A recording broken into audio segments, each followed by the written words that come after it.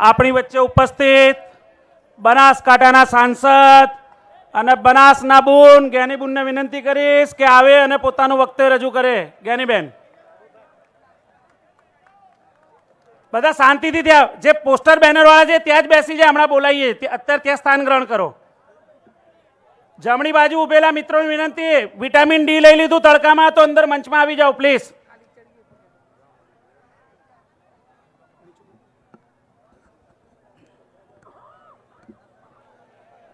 ભારત માતા કી, ભારત માતા કી, વંદે. આજે આ ગાંધીનગર મુકામે જન આક્રોશ રેલીમાં આપણી સૌની વચ્ચે ઉપસ્થિત છે એવા પ્રદેશના પ્રમુખ આદરણીય અમિતભાઈ ચાવડા સાહેબ, વિરોધ પક્ષના નેતા આદરણીય તુષારભાઈ, સ્ટેજ પર બિરાજમાન ધારાસભ્યો, માજી ધારાસભ્યો, કોંગ્રેસના વરિષ્ઠ આગેવાનો, વડીલો, યુવાન ભાઈઓ અને બહેનો, મારી પહેલા જિગ્નેશભાઈએ વર્તમાન જે પ્રશ્નો છે એનાથી આપ સૌને વાકેફ કર્યા.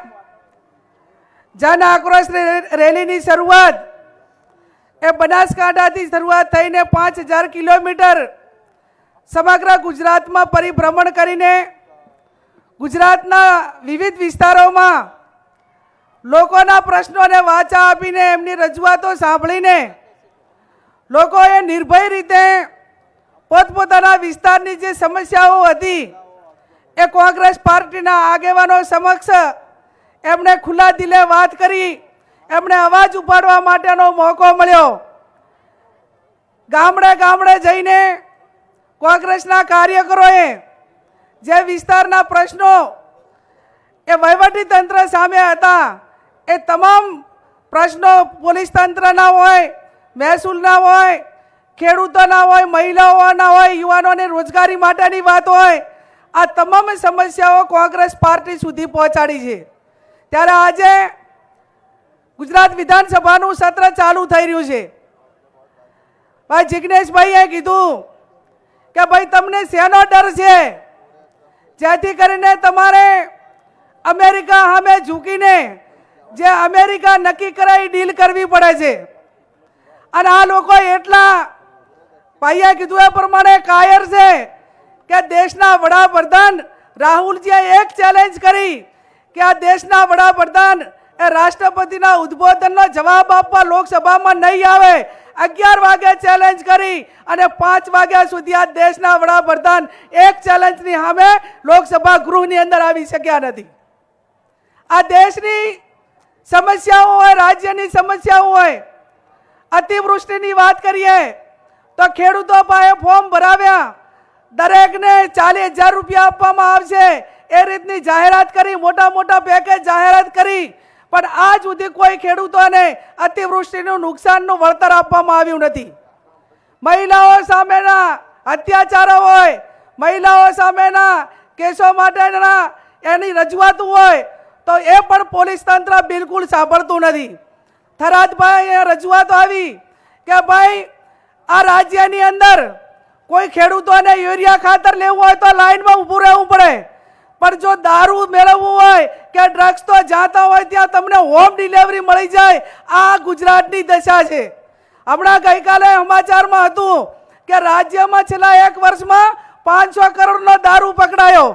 તો 500 કરોડનો તો ખાલી નોર્મલ રીતે અજાણતા પકડાયો, તો આ રાજ્યની અંદર ગેરકાયદેસર દારૂ કેટલો ઘુસાડ્યો છે ને કેટલા યુવાનોને પીવડાવવામાં આવ્યો છે એનો આંકડો ગણવા જઈએ તો આપણને એમ લાગે કે લાખો નહીં પણ કરોડો રૂપિયા એ આ દારૂ અને આ બધીઓમાં આ દેશના યુવાનોને રાજ્યના યુવાનોને બરબાદ કર્યા છે.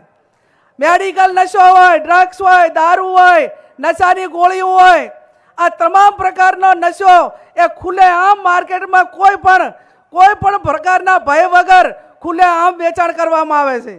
અને આમ તો હિન્દુ ધર્મની વાતો કરે છે, પણ કોઈ એક ધર્મના લોકો કે દેશ ઉપર ને રાજ્ય ઉપર હાવી થઈ ગયા છે કે એક અમુક લોકો એ ડ્રગ્સ લાવવા વાળા છે મુન્દ્રા પોર્ટથી ને એમના ઉપરથી અમુક દેશની સર્વોપરી સત્તા ઉપર છે અને અમુક રાજ્યના ગૃહમંત્રી છે આ જેને હિન્દુ ધર્મને કાંઈ લેવા દેવા નથી, માત્ર હિન્દુ ધર્મનો ઠેકો લઈને ફરે છે અને હિન્દુ ધર્મના યુવાનોને આ ડ્રગ્સ, દારૂ અને આ હોમ ડિપાર્ટમેન્ટ ગૃહ વિભાગના રેમ નજર હેઠળ આ ગુજરાતના યુવાનોને બરબાદ કરવાનું કામ કર્યું હોય તો સૌથી આ મોટા આ 3 નામ છે.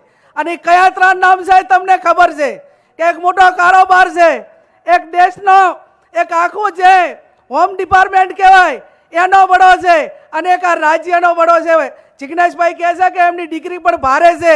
આ 3 લોકોએ નક્કી કર્યું છે કે દેશના યુવાનોને અને ગુજરાતના યુવાનોને બરબાદ કરવા અને આપણે કરોડો રૂપિયા એ બુટલેગરો પાસેથી કમાવા. અને એની સામે જ્યારે આપણે અવાજ ઉઠાવવાનો છે ત્યારે આ જન આક્રોશ રેલીના માધ્યમથી સમગ્ર ગુજરાતમાં લોકો નિર્ભય રીતે અવાજ ઉઠાવતા થયા છે. એનો અવાજ આપણે કોંગ્રેસ પાર્ટીએ બનવાનું છે. અને આવનાર સમયની અંદર હમણાં મતદાર યાદી સુધારણા કાર્યક્રમ ચાલ્યો તો કોંગ્રેસના વિચારધારાવાળા મતદારો એ મોટી સંખ્યાની અંદર ભારતીય જનતા પાર્ટીના લોકોએ વાંધા આપીને ફોર્મ નંબર 7 સામે વાંધા આપીને મતદાર યાદીમાંથી નામ કઢાવવા માટેનો પ્રયત્ન કર્યો.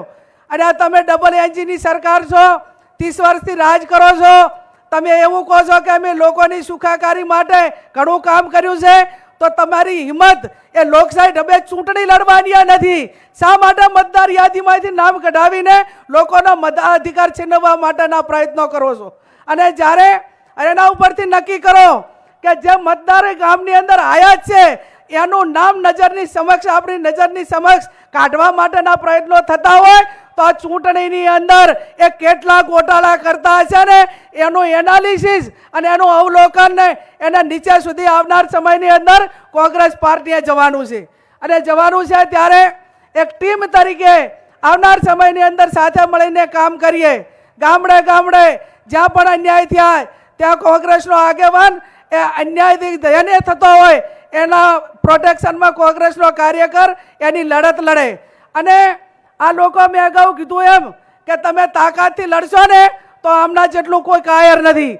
આપણા વડવાઓ છે, આપણો ભવ્ય કોંગ્રેસના નેતાઓનો ઇતિહાસ છે કે ગાંધીજી હોય, સુભાષ બોઝ હોય કે અનેક એવા નેતાઓ હતા કે જેમણે જેલની કે કોઈની પરવા કર્યા વગર આ દેશને આઝાદી અપાવી. આજે આ લોકશાહી જ્યારે ખતરામાં હોય ત્યારે આ કોંગ્રેસે આ આઝાદીની બીજી લડાઈ લડીને આ કોંગ્રેસ પાર્ટી એક લોકશાહી જીવિત રહે, લોકશાહી અખંડિત રહે અને એના માટે કરીને જ્યાં પણ અન્યાય થાય ત્યાં મતદાર યાદી હોય, લોકોના પ્રશ્નો હોય, ખેડૂતોના હોય, આઉટસોર્સિંગના હોય, દારૂની વાત હોય, મહિલાઓની વાત હોય, આ તમામ મોરચે જ્યારે આપણે લડવાનું છે ત્યારે એક બાજુ વહીવટી તંત્ર એ કોઈ પાર્ટીનું પીઠું બની ગયું છે, આખું વહીવટી તંત્ર ક્યાં કોમવાદમાં આવી ગયું છે અને કોઈ પણ ઓફિસ એવી નથી કે જ્યાં ગાંધીજી વગર કામ થતું હોય, પૈસા આપ્યા સિવાય કોઈ ઓફિસની અંદર કામ થતું નથી.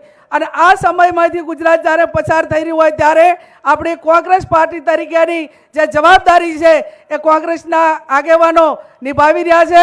જ્યાં વિધાનસભાનું ગૃહ હોય, લોકસભાનું ગૃહ હોય તો આજે તમને બધાને ખબર છે કે આમ તો 56 ઇંચની છાતી અને બધી મોટી મોટી વાતો હતી પણ લોકસભા ચલાવવાની પણ એમની તાકાત નથી. આજે તમામ વિપક્ષો એક મંચ ઉપર આવીને આ દેશના લોકો માટેની લડત એ તમામ પક્ષો સાથે મળીને એમની સામે લડી રહ્યા છે. આજે વિધાનસભાનું ગૃહ ચાલુ થયું છે, જે આપણા પ્રશ્નો હશે એ આપણા કોંગ્રેસના ધારાસભ્યો ગૃહમાં પણ ઉપાડશે અને ક્યાંક સડક ઉપર એનો અવાજ બનવાનો હોય તો આપણે સૌ સાથે મળીને બનશું. એ જ શબ્દ સાથે આપ સૌનો ખૂબ ખૂબ આભાર.